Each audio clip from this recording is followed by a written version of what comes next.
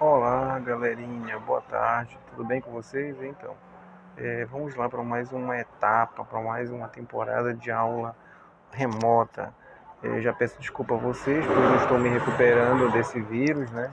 Do Covid. Infelizmente eu fui acometido, mas graças a Deus eu passo bem e estou me recuperando. Então, para não acumular muito trabalho, resolvi dar continuidade a essas aulas remotas e poder somar com vocês.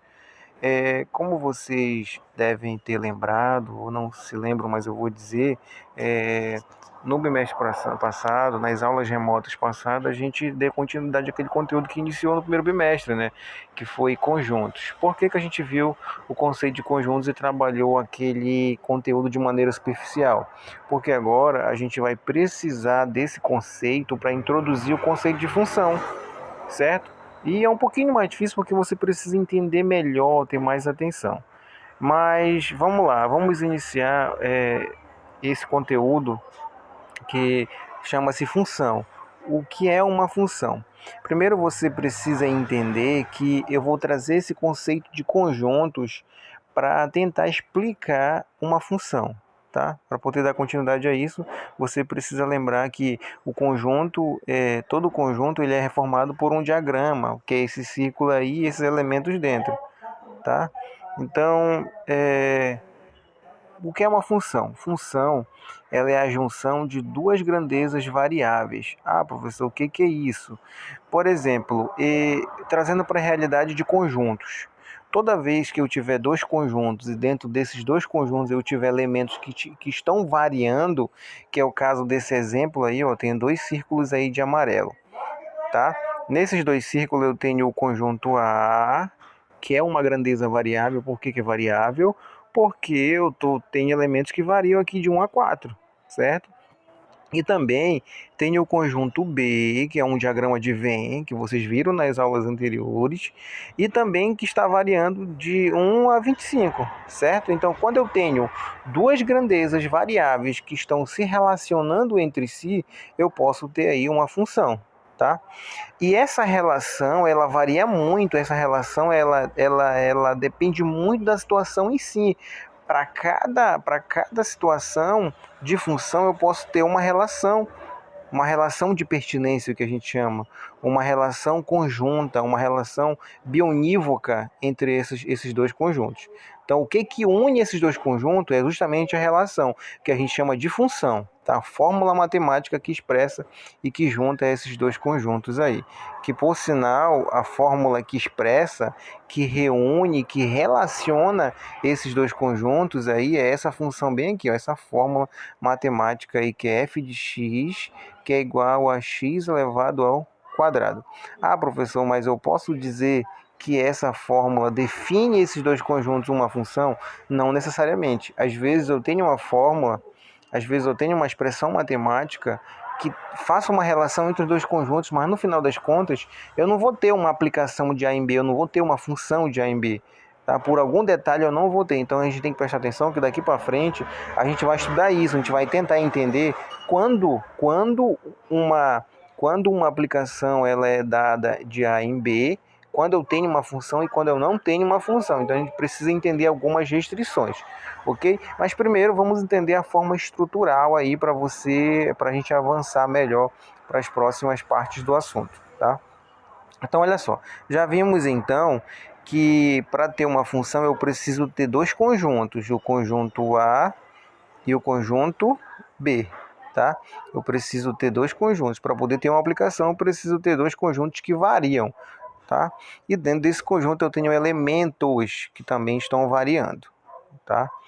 E preciso também de uma relação que estabelece a união desses dois conjuntos, que estabelece a conexão desses dois conjuntos, e para cada relação existe uma fórmula diferente, tá? E existem ligações que a gente chama de flecha, tá? Pode ver que existem várias flechas aqui e cada ligação existe uma correspondência para cada ligação dessa daí. E quem vai estabelecer essa correspondência é essa fórmula matemática aqui, tá? Bom, observa que quando entra um número 1 aqui, quando o valor de entrada é 1, o valor de saída também é 1. Pode acontecer, não tem problema nenhum. Observa também que quando o valor de entrada é 2, o valor de saída é 4, tá? E assim sucessivamente. Ah, professor, tem um cara que está sobrando aqui. Isso não importa. Isso é como se fosse figurante. Faz parte de todo o contexto. Mas ainda, lembrando que ainda a gente não está vendo a questão que define um conjunto. A gente está só tentando entender algumas coisas para você lá na frente não se enrolar, tá? Outra coisa que eu quero que vocês entendam também é que todos os elementos que vão aparecer no conjunto A, eu vou chamar ele de elementos X. Tudo que for no conjunto A, eu vou chamar de elementos X. E tudo que aparecer no conjunto B, ou no segundo conjunto, eu vou chamar ele de elementos Y. Tá? Isso quer dizer o quê? Que quando a gente estudar função, quando o x for igual a 1, o y vai ser quanto? Vai ser 1, certo? Isso a gente entende também que quando o x for 2, o y vai ser 4. Quando o x for 4, o y vai ser 16.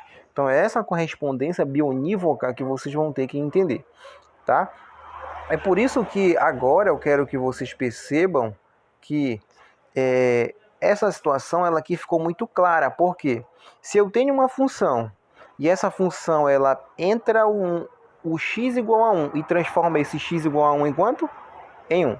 Então é por isso que eu tenho f que transforma 1 em 1, tá?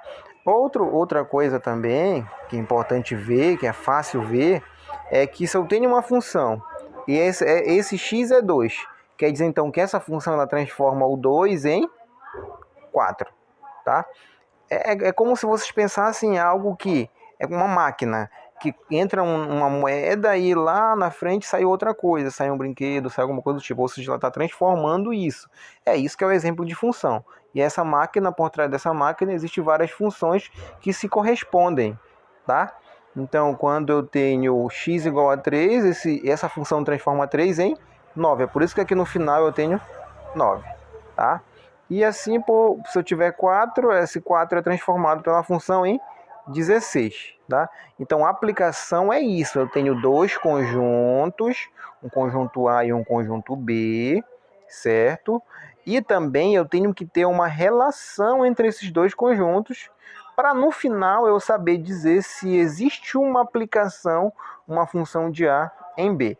Aí, na próxima aula, a gente vai entender essas restrições. São 3 restrições bem básicas em cima desse contexto que vocês precisam gravar para poder me dizer se existe aí um exemplo de função de A em B ou de dois conjuntos, tá? Boa tarde para vocês, até a próxima aula.